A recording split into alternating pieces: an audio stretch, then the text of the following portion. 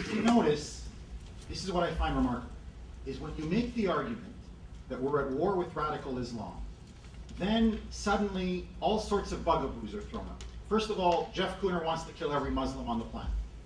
No, obviously not. I never said that. I never argued that. No sane person would. But are we going to deny there are over 1 billion Muslims on the planet? If you look at birth rates from Africa to the Middle East to Europe, their birth rates are now eclipsing those of the Western world 6, 7, 8 to 1. We know that 10 to 15% of the Muslim world has been radicalized. How do we know this?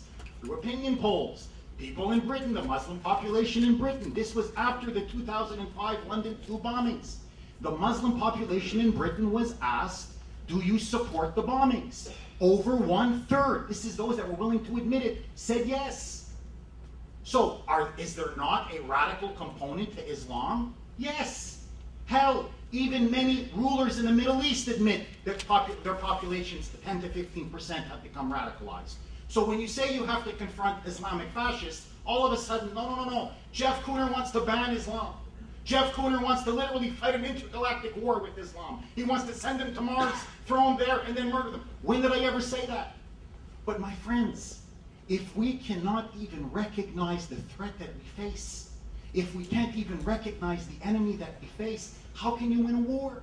To me, it's akin to World War II when people said, well, you know, there are millions of Germans who don't support Adolf Hitler. Jeff, do you know that? Millions and millions of Germans. I know that. What good are they to me? They've declared war upon America. The arguments that Bruce is making, that many of so-called anti-interventionist conservatives, they don't like the label isolationists because I think it's wrong. I agree with them. It is wrong. They're not isolationists. Anti-interventionist or anti-imperialist conservatives. The argument that they made now is the same argument they made in World War II. Stay out of World War II. We shouldn't stand up to Adolf Hitler.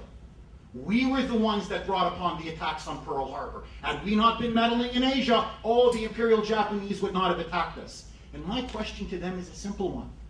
If Nazism was not a totalitarian threat, if Nazism did not seek a world empire, tell me, why did Hitler declare war upon us?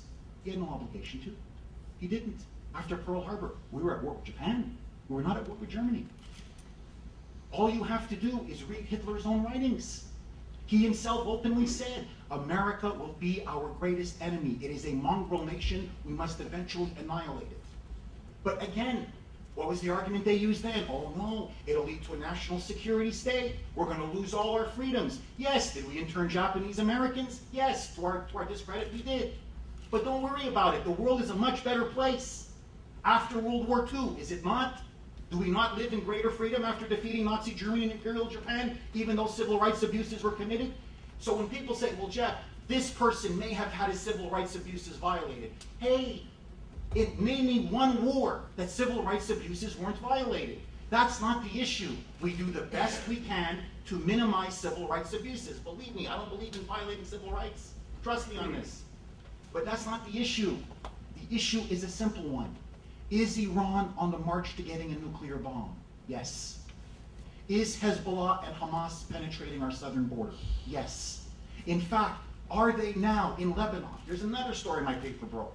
Now you tell me, if they're not planning to attack us, why are they buying, literally, members of Hezbollah and Hamas are paying $3,000 to purchase a Mexican visa? What's going on in Mexico? Did this suddenly become the Switzerland of the Western Hemisphere, that everybody wants to go to Mexico from Lebanon and the Middle East? No, because they know once they land in Mexico, they can crawl across their southern border.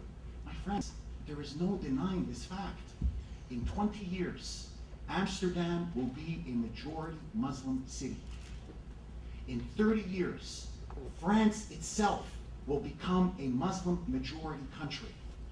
Now, if you listen to what they say, to what many radical Islamists say, we are now demanding that Sharia law follows us. There are now nearly 100 Sharia law courts in England. In Canada, my former homeland, in Montreal and Toronto, there is now Sharia law being practiced in Montreal and Toronto. Now, so you're going to tell me with a straight face that we are not at war with radical Islam? They want to create a world Muslim empire. Bin Laden has said it.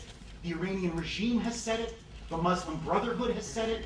Hezbollah has said it. Everybody said it. They're the real imperialists. And as they're slaughtering innocents, we're here literally wringing our hands saying, no, no, we're the empire. No, we're not. They're the empire. And that's why they have to be stopped.